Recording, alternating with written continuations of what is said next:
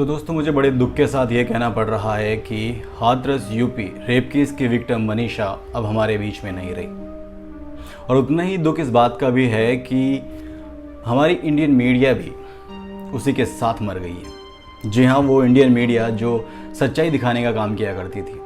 अब कौन बताएगा हमें सच्चाई, क्योंकि प्रशासन के तो हाथ बंधे हुए हैं और जनता हाथों में मोमबत्ती लिए बैठी हुई है। तो फिर ये देश किसके भरोसे है? तो अब ये देश है सरकार के भरोसे, क्योंकि सरकार अगर ऐसे माहौल के अंदर भी अगर राम मंदिर बना रही है तो कुछ सोच समझ के बना ही रही होगी।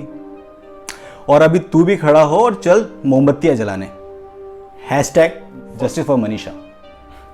अगर मोमबत्ती जलानी है ना तो साल भर के अंदर 4 लाख रेप केस आते हैं। वहीं अगर एक दिन की बात करें तो तकरीबन 90 केस।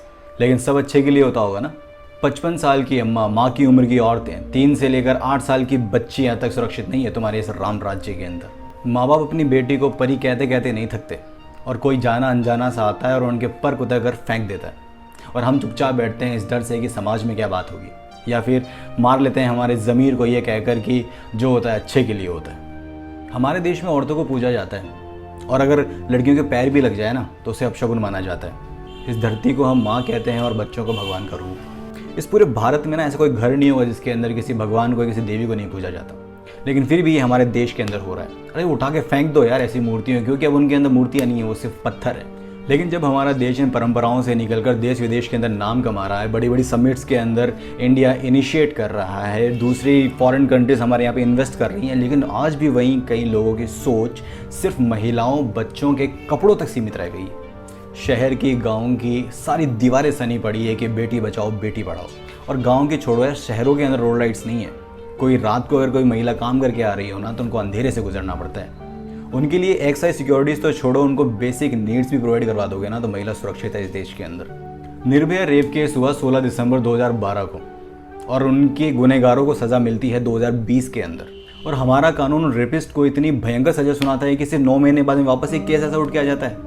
ये कैसा इंसाफ था कि लोगों के मन के अंदर डर ही नहीं है। और ये तो वो केस हैं जो जनता के सामने आ जाते हैं मीडिया के थ्रू, लेकिन ऐसे लाखों केस हैं जिनकी ज़बान पहले ही काट ली जाती है। हाथरस यूपी गैंगरेप के अंदर जहां पुलिस को सपोर्ट करना चाहिए था, पुलिस हाथ बांध के बैठी है। नहीं कौन, ये क्या चल रहा है, इतना बस बता दीजिए सर, बस इतना सा मुझे बता दीजिए।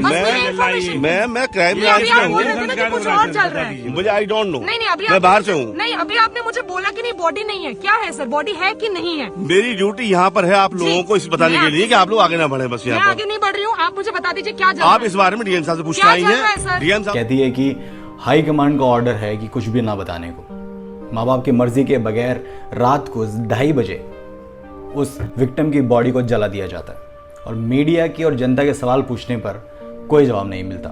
क्यों? योगी जी कहते हैं कि 7 दिन के अंदर इस केस पर कार्रवाई हो जाएगी। दोस्तों, चाहे 7 दिन के अंदर हो या फिर 7 साल के अंदर, लेकिन क्या इन दरिंदों के अंदर कानून का डर पैदा हो पाएगा?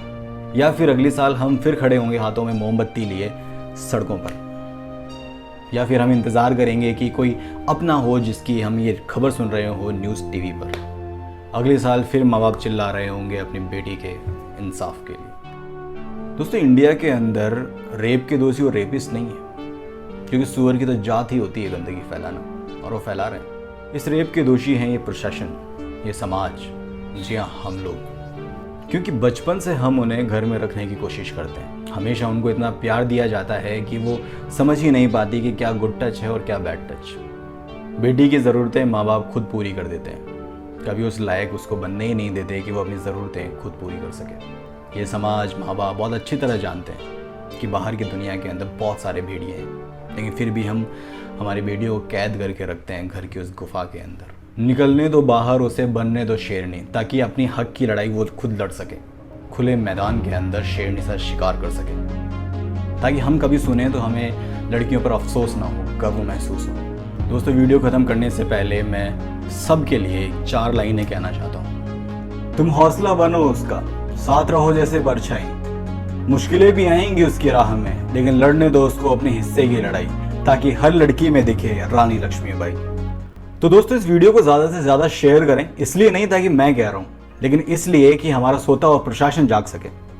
जय हिंद दोस्तों।